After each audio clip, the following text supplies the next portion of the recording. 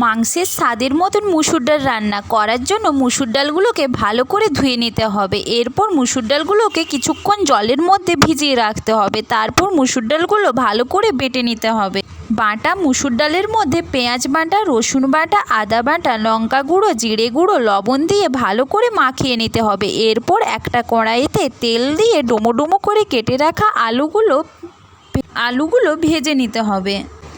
আলু ভাজা হয়ে গেলে কড়াইতে তেল দিয়ে মুসুর ডালগুলো গোল গোল করে কড়াইতে দিয়ে একের পর এক বড়াগুলো ভেজে নিতে হবে। এরপর কড়াইতে তেল দিয়ে জিরে ফোড়ন, লঙ্কা ফোড়ন দিয়ে পেঁয়াজ কুচি, তেজপাতা, রসুন বাটা, আদা বাটা, জিরে গুঁড়ো, লঙ্কা গুঁড়ো, হলুদ গুঁড়ো, লবণ দিয়ে কিছুক্ষণ ভেজে নিতে হবে। এরপরে কাটা টমেটোগুলো মশলার মধ্যে দিয়ে সামান্য পরিমাণ জল দিয়ে কিছুক্ষণের জন্য ভেজে নিতে হবে। তাতে সামান্য লবণ দিয়ে সামান্য পরিমাণ জল দিয়ে ডুমো ডুমো করে কেটে রাখা আলুগুলো দিয়ে দিতে হবে।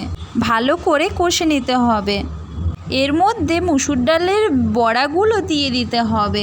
মুসুর ডালের বড়াগুলো ভালো করে কষে নেওয়ার পরে সামান্য পরিমাণ জল দিয়ে ঢাকনা দিয়ে রেখে দেবেন 5 মিনিট। তারপর তৈরি হয়ে যাবে আমাদের মাংসের স্বাদের মুসুর ডাল রান্না।